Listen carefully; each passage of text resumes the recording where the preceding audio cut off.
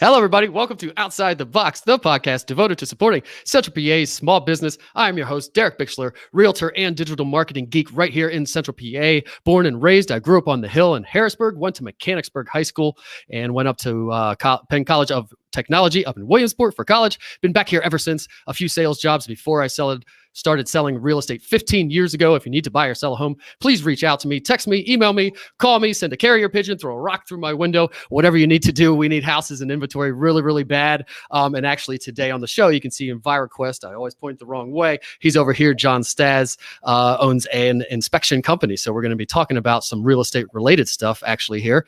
If you want to support, if you wanted to subscribe to our email list, which is one email a week, which I just sent out about 30 minutes ago, go to supportcentralpa.com and you can get networking mixer invites, episode announcements, and exclusive special offers there. That's always hard to say. And if you're on Clubhouse, please follow me. I'm at Agent Derek. Every Thursday, 1 to 2 p.m., we have a room on there called Central PA Small Business Connect, where we talk to each other, network, give away business, give our 30-second pitch, talk about whatever we want to talk about. And a reminder to ask a question in the comments. If you have any questions for myself or John, put them in the comments. Or if you just know John or myself, say hi and say where you're watching from.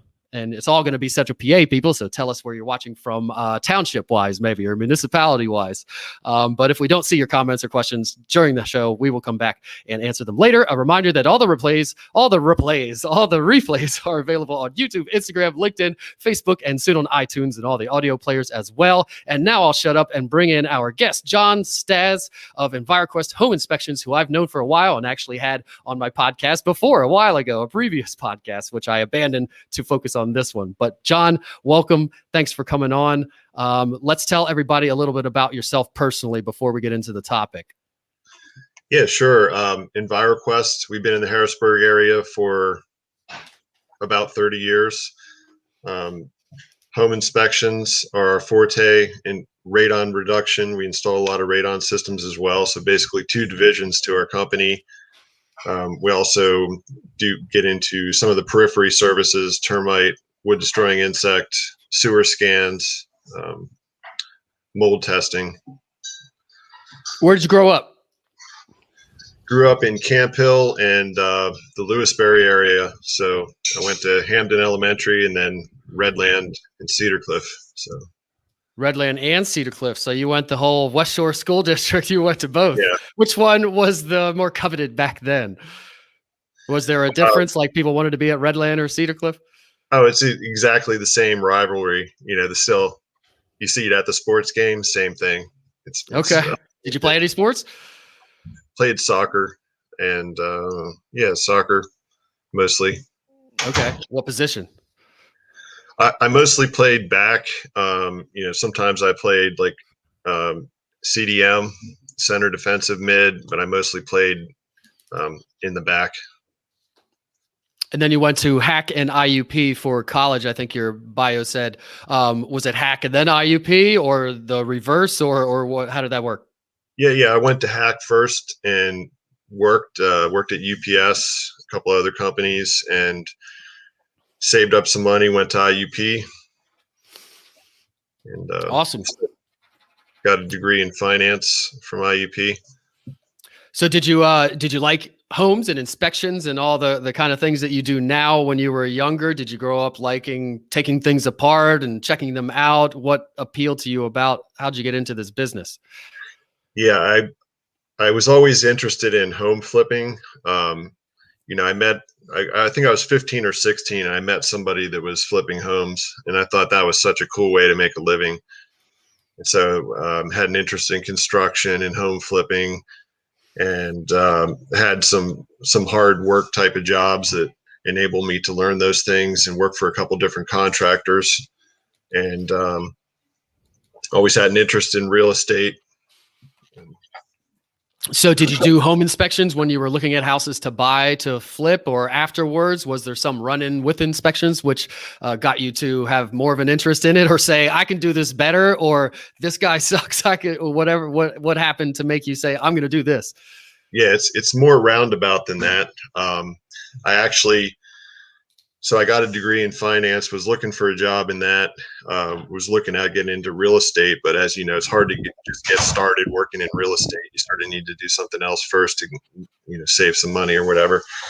So some of my roommates in college worked at an environmental consulting company and down in the DC area. So they helped get me a job.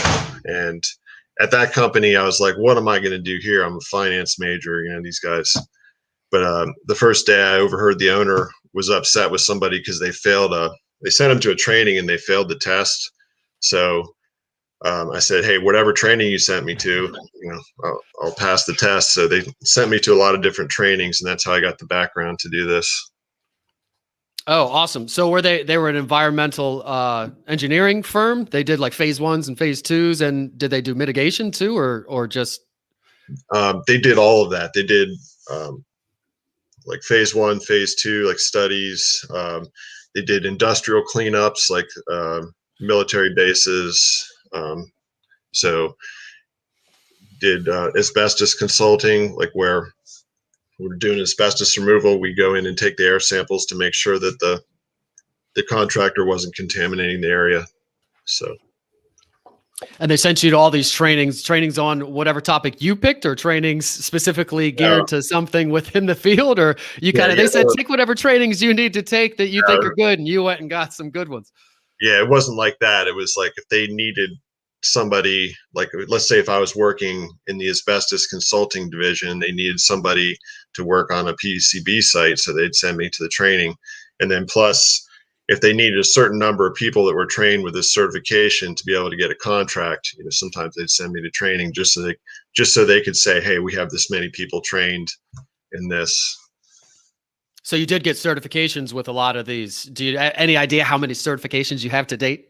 Oh, yeah, I haven't really counted them. I let them, they tend to be expensive, as you know, like you spend all your time going to school after a while. So I let all but the essentials lapse, So most of them are ones you have to do CE and keep going, and that's something that the company would have paid for. So if you didn't need it, you just kind of let it go. Yeah, exactly. Yep. Gotcha. But you still got the training in the first place and got all these certifications. And then what made you leave that to start your own company?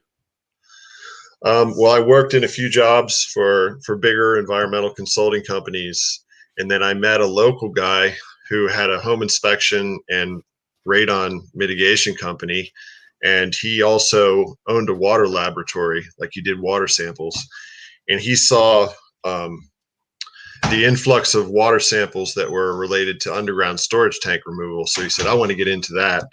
And I had training and experience with underground storage tank removal.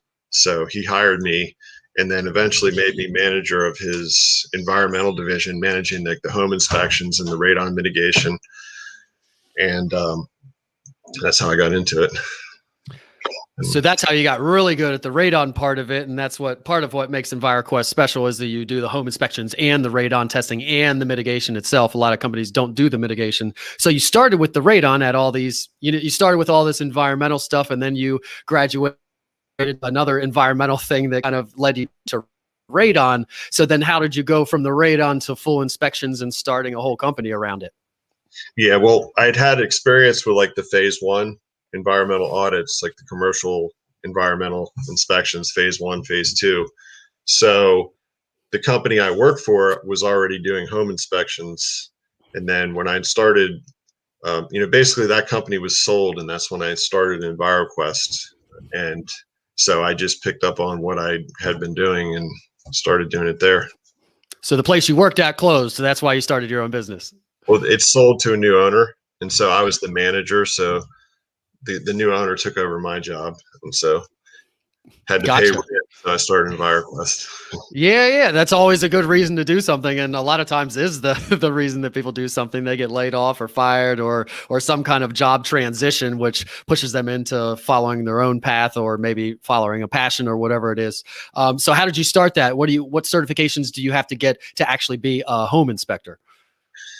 Yeah, well, at that 30 years ago, it wasn't there wasn't a home inspection law. It wasn't as involved as it is now. But so I became a member of the American Society of Home Inspectors, and Got the radon training, radon mitigation, radon testing.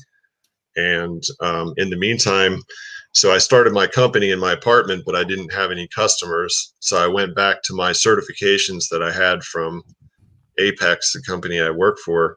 And I went to some local like laboratory type places and said, hey, if you need somebody, I work as a subcontractor, taking air samples for asbestos and mold and things like that. So that's how I actually got started. That's what, then after a couple of years, Enviroquest slowly got busy. And then once it was self-sustaining, then I stopped doing the other work after about a year. So now what services do you offer now? Yeah. So we specialize in radon mitigation and home inspection. And we can inspect any building. We can put a radon system in any building. With the mitigation, it is mostly residential, but we do a fair amount of commercial work as well. And then the periphery services, like for the home inspection, would be like the sewer scans. We can scan the sewer line, the connection to the house to the street, wood destroying insect inspections, mold testing. That was going to be my next question, was under inspections, which ones do you do? So those that don't know, or I'll let you tell a little bit about it rather than me. I'm a realtor, so I know, and I want to blab about it, but I'll let you talk about, so what is the general one? That's the most comprehensive one and the one that tells people the most about the house. Can you explain what's done during a general comprehensive home inspection and what they get afterwards? Yeah, so sure. A full house inspection. We look at the basic systems of the house, the roof, structural, exterior, interior, electrical, plumbing, insulation. So it's basically just taking a few hours and going through and systematically evaluating the systems. And then we find defects or components or things that you just want to know about as a homeowner. We'll take pictures of those and put those into a report that you get at the completion of the inspection within a couple days, within a day or so. We say 24 to 48 hours, we'll get you the report. That gives the inspector, if he has to, look anything up or like do a little research on something, to add that to it to make it more comprehensive. Sure. And you said just a few hours. I wrote down just a few hours. It's a few hours. It's kind of long, but it's great for the homeowner or the home buyer, because we always recommend that the home buyers are there with the inspector during it so that they can see everything. And the home inspector is literally, plugging that thing into every single outlet, making sure every outlet works, making sure they're all grounded, making sure they have the trip ones by the water sources, opening and closing every window, checking the locks, checking the HVAC system, all the dates on the services, the roof, checking up in the crawl space, checking under in the crawl space, checking all those things. It really is a fully comprehensive report. And then you get a big, thick report back with a summary of all the major deficiencies that you can then use and go talk to the sellers and say, hey, we want to ask you to fix these items, or maybe there's nothing wrong with it. So what else do people usually do? You mentioned wood destroying insects. What does that one entail? Yeah, so a lot of times if you're buying a house, the bank will require a wood destroying insect. Some people call it a termite inspection. So we're looking there for carpenter ants or termites, or there's a lot of beetles, wood eating beetles, different types that we look for. And then we document that and try to determine how extensive, where is it, put it into a report. And then that's like a separate report that comes with a home inspection, but you get a separate report on that if that's needed. A lot of times the financing agency or the bank or whoever's giving the loan want to see that or require it. Right. A lot of government, FHA, VA, that kind of stuff might require a wood destroying insects report, which costs less than the general report. I don't know. What is it, like $100? Yeah. It's discounted when you bundle services, when you get things together, and then it starts to save money. So yeah. And it's just a visual look. And then if you see something that looks like termites, it says on there, looks like might have termites or carpenter ants or whatever the case may be. And then you'll take that piece of paper and go to a mitigation specialist or a pest specialist or somebody like that, right? Yeah. It's somewhat visual, but we are allowed to like take a screwdriver and probe, just to see, like, because termite damage, a lot of times you don't see much on the surface, but when the You tap screwdriver. it a little bit, you'll find out what's happening underneath. So we are allowed to do that as well, and we encourage our inspectors. But yeah, you're right. Sometimes in a finished area, or if the basement's finished, it limits how much we can see during the inspection. And then a lot of times you can get some information digging in the dirt, like around the exterior. So we dig around, look for termites certain times of the year. When they're active, we can find them that way as well.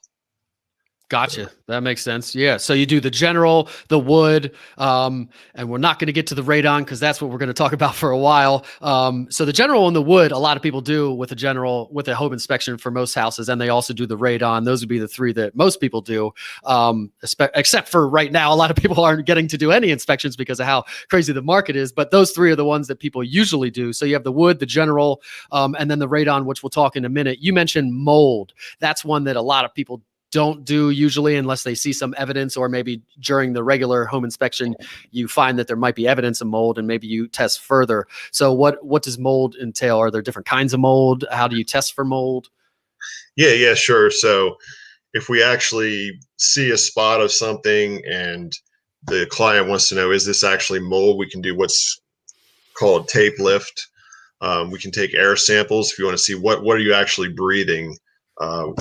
Is there mold circulating around your house? We look at the air filter. Your nose can tell you a lot. A lot of times, as an experienced mold inspector, I walk into a house and I can smell mold right away. Other Is times, it that musty smell, like what you would think as a kind of like a musty, moist?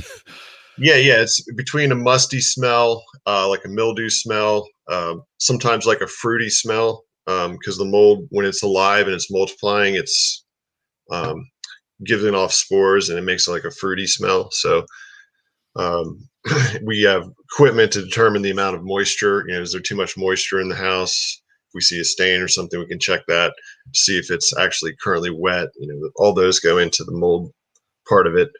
And then we take the samples through a high volume pump, and there's a little cassette that has a piece of paper in it. We send the cassette to our lab, which is in Virginia, and then they analyze it and then give us a full report. They look at the filter under a microscope and then count the spores and then give us a full report of the different types of mold that are there. Huh. So you mentioned a tape lift. Is that literally like a piece of tape and you put it on there and pull a little bit off with it? Yep, that's exactly it. Is it a special kind of tape for that, or is it just clear tape? Yeah, it's just like Scotch tape, clear tape. So we just tape, lift, fold it, put it into a sample baggie, and then send it to our lab, and they can tell what type of mold it is, if it's mold. Do you go with a nice thick packing tape? Yeah, I could do that. Yeah. I'm sorry. Hey, it's stuck. Look, I can do a pull up like the commercial. But no, we just use like a little piece of tape. That's all that's necessary. Huh. That's cool. And then how prevalent is mold? Is it something that, because most times people aren't really checking for that unless they see something visibly. How prevalent is it? Do you think there's a hazard that people aren't seeing? I'm not trying to be alarmist. I'm just wondering if it maybe is in more places. We'll have a lot of aged houses around here. So I'm guessing there are people that are breathing in mold that don't even know it. Yeah, it's not so much the age of the house. It has to do more with water intrusion. So the mold needs food and it needs water, and it needs food and water basically. And cellulose is the main food source. So it just has to do with it's like anything else. You got to keep it in perspective. In the bathroom, the shower, most showers are going to have a little bit of mold or mildew, but it's on an impervious surface, and usually that's not going to be a problem. The problem is where you have moisture that's like undetected into a food source, such as like OSB or OSB. The particle board has a lot of cellulose in it for the glue that holds it together. Or some types of insulation can get moldy. So it's more the circumstance and perspective. How much food, how much moisture does it have? That's what's going to cause it to proliferate. On a block wall in a basement, a lot of times you see like mold at the corners or discoloration where it's black from moisture getting into those corners. But it doesn't really have that much food there because it's on blocks. So you got take that all into that perspective. Usually that's not a big problem because there's not food for it. Huh. So like so carpet, they eat drywall. sugar, basically. Yeah. They like for example, drywall, it eats the paper on the drywall, the cellulose in the paper. Ceiling tiles, carpet, like all those building products have cellulose or food for the mold, so it can take off.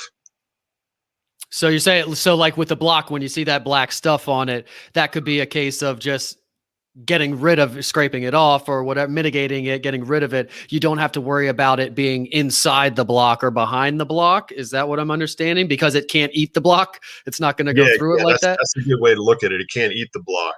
So when you see a little bit of discoloration, now I don't want people to make their own assessment. Everything's different, but when you see a little bit of black in the corner, like on the grout on a block wall, we get a lot of calls like that.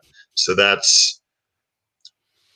there's no food on the block itself, but over years the block will collect dust, and then the mold can eat the cellulose that's in the dust. But it's usually a very small amount when you see the exposed block and it's a little bit of discoloration that can just be sort of clean. It's not a huge problem usually because there's not enough food for the mold colony to proliferate. So yeah, so it makes sense. So wood is good food, I guess, right?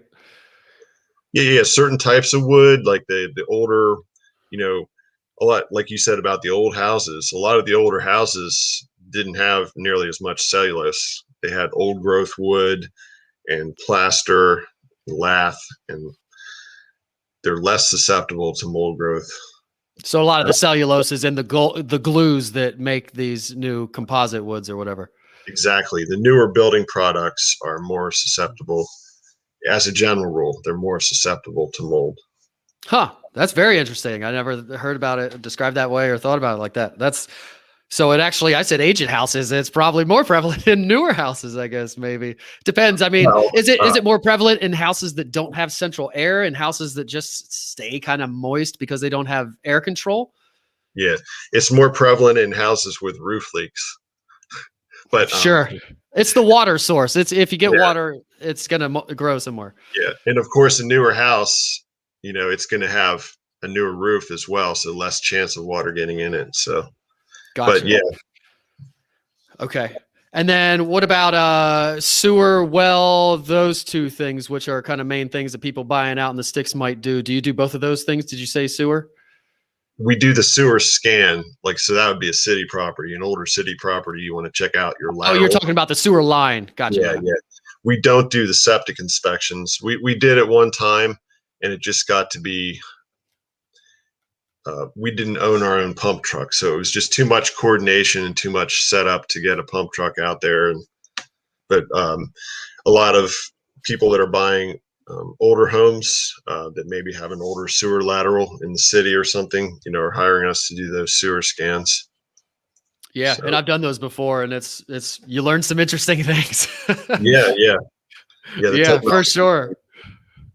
And you can see it. It's down there, and we found a lot more than we thought we would find. It was very eye-opening, actually. So, did you do test well water, right? Yeah. So, we do the series, FHA, VA, and just general water series. We can take those water samples. A lot of houses that are on wells, the most common things that we find are bacteria in the water, which, that requires a UV light, or there's a lot of farmland around here. So nitrates in the water as well. And that requires usually like an RO system, reverse osmosis, that goes under the sink. Gotcha. Okay. And are there any other inspections that you do that we're missing other than radon, which we'll talk about in a second? I think we pretty much covered it. Okay. So let's talk about radon. So let's start with, what is radon? So radon is a colorless, odorless gas that is naturally occurring. And there's a lot of it around this area because we have the Appalachian Mountains come through here. So where you have the plates in the earth, usually the rocks that the radon are in are pretty deep in the earth. But when you have the mountain range, they're pushed up closer to the surface. And then in combination with that, here we have a lot of glacial silt, which is porous, and then we have limestone, which a lot of times is porous, and shale. So that allows the radon that's normally pretty deep in the earth to come up through. And if you build a house and you're on one of these deposits of shale or limestone, which a lot of houses are, then it allows the radon to accumulate under your basement slab and get into the home. Huh. So it's coming from underneath of these rocks, not from the rocks.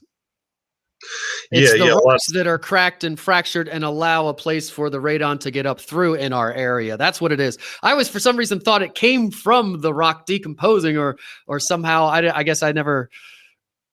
Yeah. It usually comes from deeper, and then where the rock is porous, then it sort of it travels through the soil gas. So it travels up through in moisture and soil gas, and then accumulates under the slab.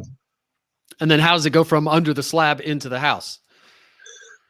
Well, any cracks in the slab, like a common place is the foundation wall joint, like where the slab in the basement meets the wall.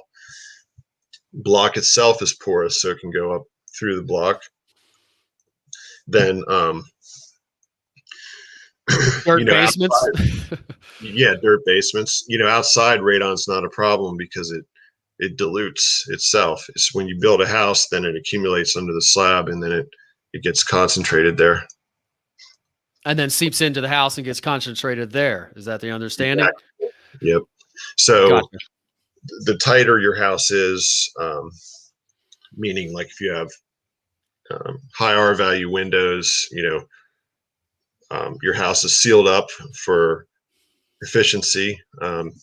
The tighter your house is, the more concentrated. If there is radon getting in, it's going to be more concentrated because there's less air from outside moving through your walls to dilute the radon. So, but less. So an older house might have a worse basement that would allow more to get in, but it's more porous. It's got more cracks in it, so you might not have as high a concentration. But then a new house, you might not get much in, but then when you do get it in, it gets concentrated because they're not letting air out. And I know in new houses, they're even now they put that we've gotten so tight that they now have to put a special fan to help air blow out that has to be on all the time. So why don't we just dial back the tightness a little bit? I don't understand. Maybe you could explain that a little bit. Yeah. So, and would that fan that everybody's putting in help pull radon out of these new houses? Yeah. It's called a heat recovery ventilator or a HRG or HRV or ERV, energy recovery ventilator. So the difference is the heat recovery ventilator is just air movement. The energy recovery ventilator deals with dehumidification as well. But either one of those, when you see those, there's an efficiency rating on them. Let's say if it's 80% efficient, that means you're getting like ventilation with only 20% heat loss. So when they make the houses to a certain level of tightness, it's required. Once they get to a certain level of tightness, mechanical ventilation. So it definitely does help with radon. It's not as, say, there's way more variables than there is with the sub-slab mitigation, which is what we do, like drilling a hole through the slab and putting a fan outside. That's more tried and tested, but it is possible to mitigate with the heat recovery ventilators. So you mentioned drilling a hole in the basement floor. Some new houses, some older houses have a sump pit and also like a base or a bathroom rough-in or something like that. Do those kind of penetrations in the floor allow radon to get up in? Sure. Yeah. So a lot of times the standard construction, there's different ways the contractors do it. If it's on a hill, or they'll sometimes have what's called a gravity drain, or a lot of times they'll put a drain tile around the inside of the footing, and then those pipes come out into the sump. So in that sump, if those pipes are exposed, we have to seal that sump up and put a vapor locking drain in it. And then sometimes the contractors put in what's called a passive system, where there's piping that runs from that underslab drain tile up through the roof. And then in those cases, we can just come in and put a fan in and then do some caulking and sealing, get everything up to snuff. And then, it'll work like that. The passive systems can work on their own sometimes too, just by alleviating the pressure differential between under the slab and the air. So that can, sometimes a house that may have had radon, but it's got a passive system, it may just work on its own. And then what about like score marks in the concrete in a basement where it's meant to crack at some point, and hopefully it cracks on that score mark? Is that score mark, is that potential to be a radon crack? Usually they're so small, and if they're going to that trouble, like to make that nice of a slab, usually a lot of times they'll have a vapor barrier under the slab too. So I would say the most prevalent place for entry is at the wall floor joint, because also what you get is your concrete floor will expand and contract with the temperature in seasons. So that increases or decreases that space at the wall floor joint, which can, allow more radon in. A lot of times also, depending on the heat source, when you're heating a home, it can cause the radon to be elevated. So if people are concerned about radon, or maybe they're buying a house and they want to test for radon, like a lot of agents will advise, right now you don't get to do any inspections, but usually we would advise you. We still will advise you. And if you don't do the inspections, then that's just what you got to do the house. But or if somebody just has a house and has kids and want to test their radon, how can they find out if their radon is high? Or maybe they have a basement that is similar to what we're talking about. It's dirt or has cracks all over it. How do they test for it? Sure. We sell the test kits. They're pretty readily available. I hear people say, oh, I got it from, government agency, county, or the DEP. We sell them as well. You can call our office and we'll mail you a self-test kit. So you can either do a self-test kit, or maybe if your house is a little complex, you want somebody to look at it, we can come out and do a certified test as well. It's not something that's super expensive. What, a couple $100 if it's alone, just the radon test? Yeah. For a radon test for the average home, for a 2 canister test, I think it's $145 for that. Or the canister's like $30, like to get the canister mailed. And should you test? I know it can fluctuate from barometric pressure. I don't know if that's something that has, or seasonality, or can it fluctuate different periods of time? So should you be testing at different, obviously if you're buying a house, you can only test it that one time, but could it be different? Yeah. It can fluctuate a lot, actually. The biggest fluctuation would be from like a summertime test to a wintertime test when you have your heat on. Gotcha. So is it usually higher in one of those times? It's higher during the winter, usually. Okay. It has to do with when you're heating your home, it's called a stack effect, where the air is coming up through your home and going out to the top. So your house, when you turn the heat on, it develops pressure zones, which the basement is usually negative pressure. Then there's a mid-level pressure, like on the first floor somewhere. And then the second floor becomes a positive pressure zone. So that's creating like an airflow going like this up through, called a stack effect. And so that negative pressure zone that's created in the basement, that will suck the radon in through little cracks or openings, where if it was neutral pressure in the basement, it wouldn't, maybe during the summer when it's more of a neutral pressure without that stack effect. But basically, we see a lot of difference between summertime and wintertime test results. So if you're in the summer testing and it's above the limit, which you could tell us, I won't spill the beans on that. If you test in the summer and it's above the limit, you should maybe also test it in the winter. Again, if you're buying a house, you only get to try it that one time, but maybe you should try it in the winter as well. Or if you're already high, you definitely want to do it, but it's going to be really high in the winter. Yeah, for real estate, they have a separate protocol for real estate, because you can't do long-term tests. So for real estate, you do a 2-day test, no matter what time of the year it is. And if it's elevated, you put it in a system. But I would just say, like, if you do a test in the summer, if you're buying a house, you do a test, it's low. I would say just do a test in the winter as well. That's what I meant, low in the summer, and then you should still test in the winter, because it could be higher then. Yeah. But especially if you're a homeowner just living there doing it to find out. For sure. And if it's high in the summer, it's probably going to be high in the winter as well. or higher. And what about, I had a very meticulous home buyer of mine bought a Bluetooth or some kind of digital mechanical. I think he spent a few $100 on this thing. Are those worth it? Do they work? Because he wanted to be able to check in different rooms and on the second floor and first floor and in the basement and different times of the year and everything.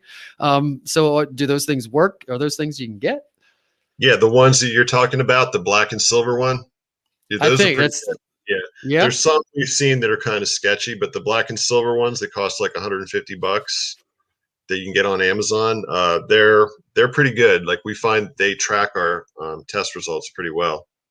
Huh. And do they literally just tell you on your phone or in some interface, or do you don't have to send anything anywhere or anything? It just tells you. Nope. You just put it in the room that you want to test, and then there's like a reset. So obviously you want to reset it if you're testing different areas. And usually they'll give you like a 2-day average or a 7-day average. So like I think on the 7-day average, it keeps going. It just clears out, any data that's older than 7 days, and you get a 7-day running average.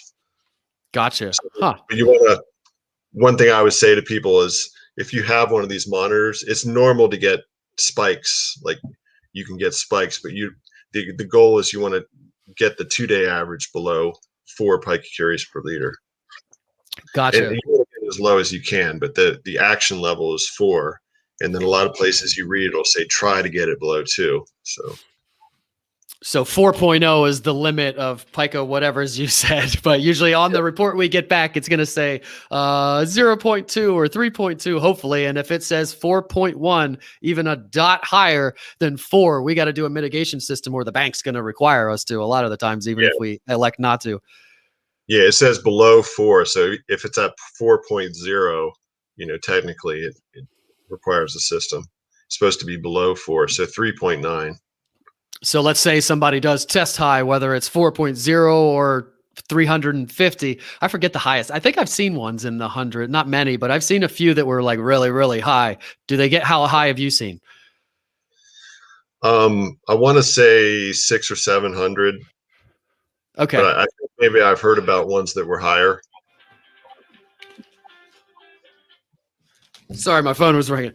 So no that problem. 350 or so that I am remembering could have been true, I guess. So what if you do find out you're high, how do you mitigate it? What do you do then? Yeah, so if you find out it's elevated, we give free estimates. So we come out and take a look and design a system custom for your home. So that the estimation process, that's where we say, okay, we're going to put a suction point here, and then that gets tied together with a fan, and we figure out where we're going to put the fan and then how it's going to vent. The systems have to vent above roof level. So if there is a hole, basically you need a hole in the floor of the basement. If there isn't a hole, you drill the hole and then you attach a pipe that runs outside and has a motor a fan basically blowing air from that hole outside and up past the roof line. It'll see kind of like a spouting looking thing on the outside of the house. And the fan that you're talking about is actually placed outside of the house. So it's not something that you have in your basement to hear, correct? And some maybe exceptions. Yeah. So we drill the hole in the basement. We take out material. That's pretty critical too. So a lot of ones don't function right if there's not material taken out. So we take out like a 5-gallon bucket or as much as we can get out. Sometimes it's hard. Then the fan goes outside. Yeah. Then it vents above the roof level so that it can't come back in the windows.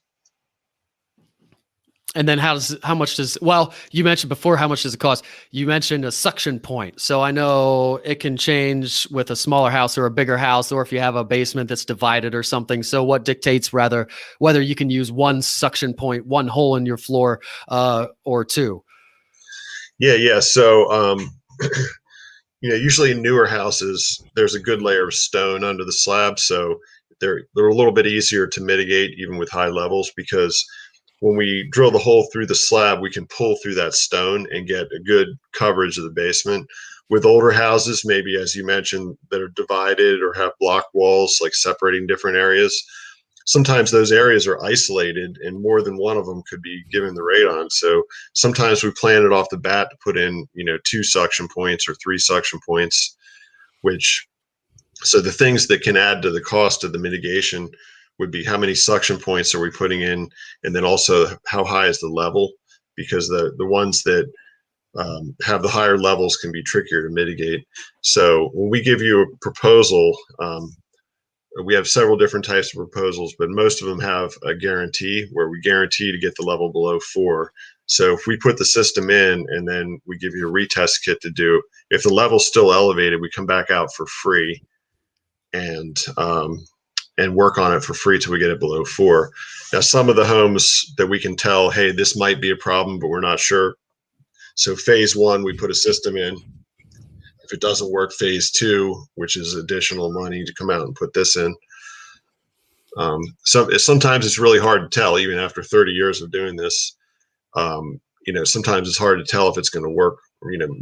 Most of them, we get them all under 4. We get them to work, but sometimes it's hard to tell if we're going to have to come back or not. It's like maybe 3 or 4 or 5% of the ones that we have to come back and do more work to. And then how long do you go back? Like if somebody sells a house and those people sell the house and those people sell the house, is that still warranted to go back? If somebody looks on their mitigation from 12 years ago that was installed and it says Enviroquest, then can they call you and say this isn't working? Yeah. Our guarantee is 10 years. So, okay. And the fan has a 5-year warranty on it. It's a manufacturer's warranty. So yeah, for the most part, unless you make a substantial addition to your house or do some major structural thing, once the level's down, like unless you make a change, as I said, the only thing you're going to run into is, hey, we got to change the fan. The fan wears out. So once it's down, usually you're good. Is the fan usually what triggers that? I know and people with a radon system in their basement will recognize the little U-shaped thing with the red liquid in it, and you want it to be unlevel. And if it gets level, that means the pressure's not right. Is that usually caused by the fan and just the fan? Yeah. So that's a visual indicator. So when the levels are skewed, one side higher than the other, it doesn't matter which side, but one side higher than the other, that's showing you that that's the amount of suction that the fan is drawing in terms of inches of water. So that's showing you that basically that the fan is operating. So when it goes to level, it means, hey, the fan's not working. So it's just a visual indicator to let you know, hey, you got to get your fan changed. So. And could that happen if so all these have to have a hard electric switch right by the fan, right? I think, I know mine does. It has a hard switch right next to the fan. So could it be caused by if you accidentally turned off your fan? Yeah. So we do a lot of. Is there gas in your motor? Yeah. So we do a lot of service work on our fans. After 30 years, we have a lot of fans that are wearing out. So we're replacing a lot of fans, but we also do service work on other companies too. So if you call our office, they'll troubleshoot you through, hey, check your GFIs, make sure none are tripped, make sure the fan's turned on, check your plugs, just to check your breaker and your service panel, just to avoid us running out there and like, hey, it's just turned off. So.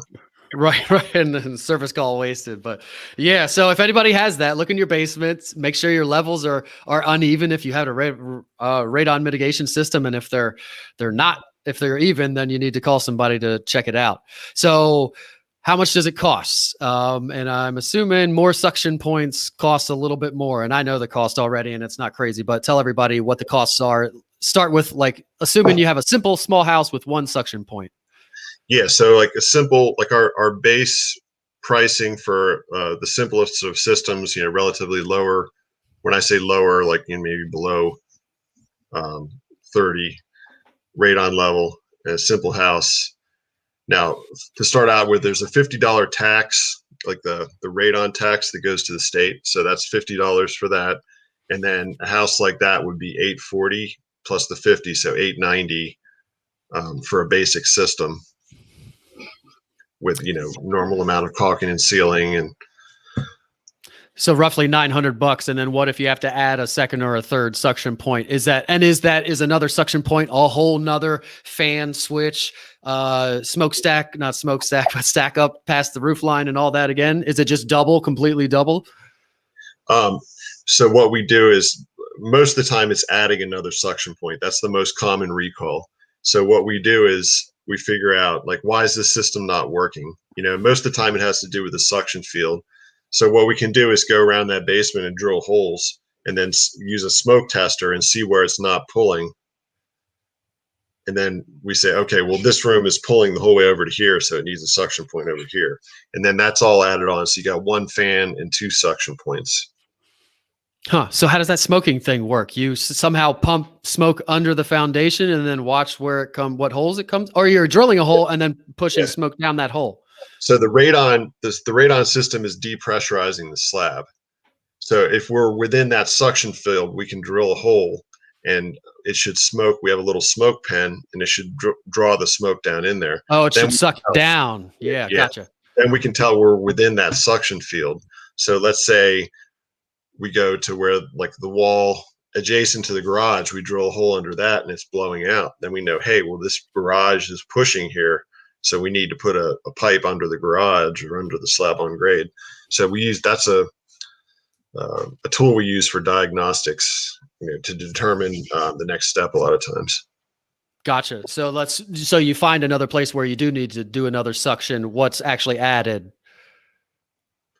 Yeah. So we do the smoke test. We find it's not pulling. So then we run a pipe over, drill another hole. So then you have 1 fan, 2 suction points at that. Gotcha. And do you actually cut like a trench in the concrete? I'm assuming that you have to do that, or how do you run a pipe, or is it above grade or what? So we run like to say a hypothetical unfinished basement. We run the pipe along the ceiling, and then we drill another like 5-inch hole. We don't have to trench it. We just drill like another 5-inch hole. Gotcha. And then okay. The pipe goes in there, and then it gets sealed and then tied in with the other pipes. And then what kind of additional cost? Well, I mean, if it was one that we bid at the 900 when you had a guarantee, then there's no cost. But if we, depending on the size of the basement, $400 or $500 to run the whole way across the basement and put another suction point in. Okay. But so for the most part, they're usually guaranteed, so. Okay. Unless you come out and, I know we're going to have to do 2 suction points or we're going to tell you need it right now. So you're anywhere from 900 to 1,500-ish would probably get them in, probably a little bit less than that, but would get them in no matter what, which is why it's somewhat of a fixed cost. Like have you ever had a time where you just couldn't fix it or it cost some crazy exorbitant amount to end up fixing it? We've had ones where, it was something really crazy. Like we've had ones that we like, oh, hey, that's great. They have a guarantee and we have to keep going back. We always keep working with people to get it down, but sometimes there's some crazy things going on, and like a house that you would think, oh, it's got good stone, it's newer, and now we've got 4 suction points in. We tried a couple different fans, so there's always a next step, based on what it's doing. It's like, here's the next step. So that works pretty well, like the scientific method, for getting the level down, like. So drilling the hole, see we're not getting pull, and just through experience, we know, okay, well, let's do this next. Okay, well, we do this next. Okay. So, things such as increase the vent pipe size so that the fan gets more CFM, like on a passive system up in the attic. They're usually running 3-inch. If we put a 4-inch vent, then the fan will run more efficiently and create more CFM. So just that makes sense. We sort of prioritize it by, what's the best bang for the buck? What's the next step? What's most likely to fix this based on, diagnostics. And so before we go out, I want to highlight that you guys do the installation of the mitigation and the testing, and a lot of home inspection companies don't do the mitigation. So a lot of times someone else will test it for a buyer and then they'll say, who's going to put it in? And I'll say, call John, because he should have tested it in the first place, but call John because they can put them in. So would you say that's one of your unique selling propositions? Anything else unique about your company in general, other than doing the radon mitigation installation? I like to say that we can do almost any building. Like we've got drills and stuff. We've drilled through 4-foot thick walls. We do, hotels. We have all the equipment to do any size job as far as radon mitigation. Oh yeah. home inspection. Actually, while I'm thinking about it, you mentioned, what's that thing called you put on your Instagram? I love this thing. You take like a core sample of a concrete slab and bring it up, and you have a name for Yeah, this yeah. dude. Yeah, so Corey, he had he ran into a really thick slab. I think it was like a foot thick, and so he took those core things and painted faces on them. Is that what you're talking about? Yeah. Radon Ron or something. What did you Yeah, call? There was a name for him or something. yeah. So he had. I came into the office one day, and there's two cores with faces drawn on them were there. So I just took a picture of that, and then we put it up on Instagram. I love that. Too bad they're made out of concrete. You can't like take them around easily to different places and have them in different Yeah, social media settings or something. or dangling from our trailer hitch. Right, exactly. Yeah, I love that. So before we tell everybody where to find you to reach out if they need radon mitigation or home inspections in general, we always do our funny question. So I just literally Google funny questions, and this particular list has 81 questions on it. So you can pick a number between 1 and 81, and then you can answer that question. And if it's a stupid one, we'll pick another one. Okay, 72. 72. All right. 72. If you could travel to any place on Earth, where would you go? That's an easy one. Good one for anybody. Yeah, that's a good question. That is a pretty easy question. Well, I've been meaning to go. I have some relatives that live in Hawaii. So, which would be good to go to, whether you had relatives or not. Yeah. So with all the travel bans, considering all that, I would go to Hawaii if I could go anywhere. Who is it? What relative? How close? It's actually my great niece and my great nephew, or my great nephew and my great niece, who's a professional surfer. She's 16. She travels all over the world surfing. It's pretty incredible. Wow, that is incredible. Yeah. What's incredible also is, I think you said you got a 3-year-old and a 30-year-old. Was that the oldest one? What was that right on that? Yeah, your kids. You have 4 kids. Yeah. 16 and 30 and 20. 30. Yeah. Okay. 16, 29, and 30. And then the 30 has a kid who has a kid. Am I understanding that?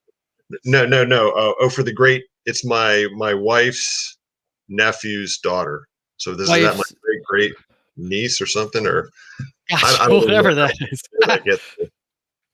Yeah, that's cool. The cool thing is that they gave us an invitation, like sort of like, hey, come here anytime. That's the cool part about it, right? Yeah, totally. Well, it would be good to have a guide there, I would think. And know all the good places to go and not to go, because it's probably touristy, a lot of the places that people would go. I was just talking about lava fields with my daughter yesterday, actually. Oh, wow. What, did she have a lava rock and she was asking you where they came from? Or? Well, every time I'm a monster, she's a monster, any kind of monster scenario, it's always like a fire monster, a lava monster, or something like that. So I was telling her that there are actual places where you could go and see lava in real life, but if you step on it, you'll kind of burn away. She was very intrigued by it. Yeah, that's cool. Yeah, that would be awesome. And also the surfing part of it would be pretty awesome. Have you ever surfed? I did, and I was in San Diego for a couple months at one time, and I was just starting to be able to stand up, and then I came back. So, yeah, it's tough. Have you surfed? No, I've tried like once or twice, just on like literally once or twice on somebody else's board, but I'd like to rent one and take a lesson sometime. I'd like to stand up. I didn't stand up at all. I'd like to at least once. It's on that bucket list, but Hawaii would be a good place. Yeah, I surfed in San Diego, but I just have the memory of, so I hit the ground. It's like, okay, that's not bad. My board's right there. Or no, I hit the ground without my board. So, okay, well, that's not good. Then I look up and I see this huge wave about to crash on me. It's like, oh, there's my board. It's about to hit me. Yeah, it's not so much you hitting the coral reef most of the time. It's the board hitting you. Yeah. Yeah, totally. So I'm going to put your information up here. Tell everybody audibly, in case they're listening to it on iTunes or something later, where they can find you. Read aloud your website and your phone number. Yeah, so it's evqharrisburg.com, and the phone number is 717-233-6144. So hit up John or Enviroquest if you need anything, home inspections or radon mitigation. They are your people, and they do the radon mitigation system installs also. So it's a one-stop shop, and you can get your well. The only thing they don't really have is the septic, and really no inspection companies do the septic. That's always something that kind of a third party does, and you want to get the septic company to do. So they have you covered on pretty much every front, and I'm going to leave the information up there so you can find them while I go out with the outgoing things. That's not a special offer.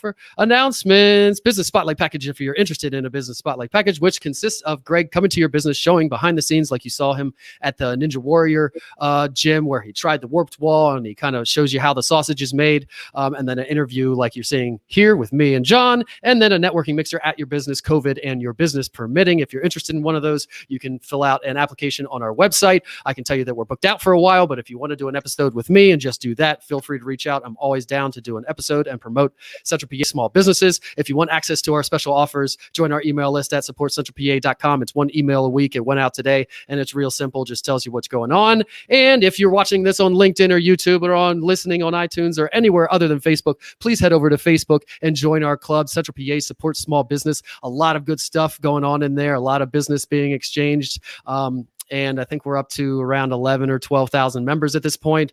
And we have a good 10,000 or so active each month, which is the thing that really matters. People are in there and engaging and giving and taking business. So it's really awesome place to be. Please head over there and join. Follow me on Clubhouse. I'm at Agent Derek. And again, we have a room there after the episodes on Thursday, 1 to 2. Contact me if you need to buy or sell a house. We really need inventory. Text me, email me, throw a rock through my window, send a carrier pigeon, whatever you need to do. We really need houses. Remember to support Central PA small businesses. Thank you for watching and listening. And say goodbye, John. Thank you. Thanks, everybody. See ya. See ya.